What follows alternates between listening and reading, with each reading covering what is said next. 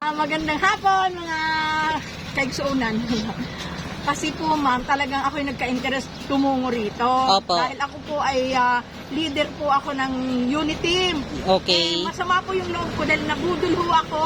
Yes. So, ngayon ako po'y nagsadya para malaman ko yung mga bagay-bagay na bakit nagkakaganito na po ang bansang Pilipinas. Okay.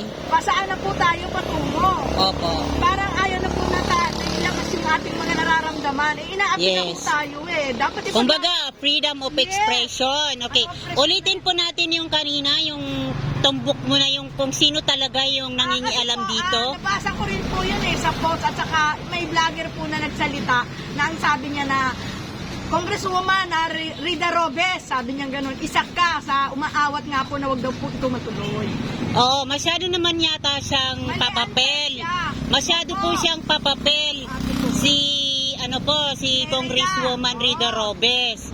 Which is ang layo naman po ng Bustos to San Jose del Monte. Kasi po, dati po siya taga rito, hindi po siya nananalo dito. Maraming beses silang tumatakbo rito, ang mga Robes, ay ang mga Rida po hindi nananalo. Doon po sa amin tinangkilik sila dahil malaki ang aming lugar. Ang City of San Jose del Monte, milyon po ang botante.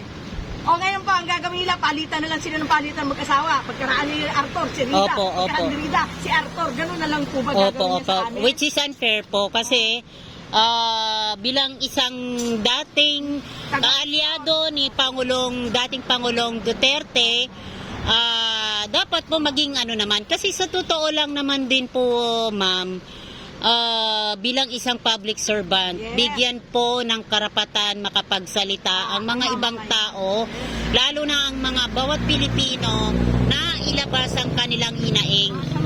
Sama po ng loob Nagpupuyat ho ako kay BBM Sara during the campaign. Inaabot ako ng alas 3 sa lansangan sa pagsuporta ko na ibabangon nila ang pamilya nila sa kahihiyan. Yung pala, ibabaon niya pa. Tama. Sige po ate, uminom ka muna ng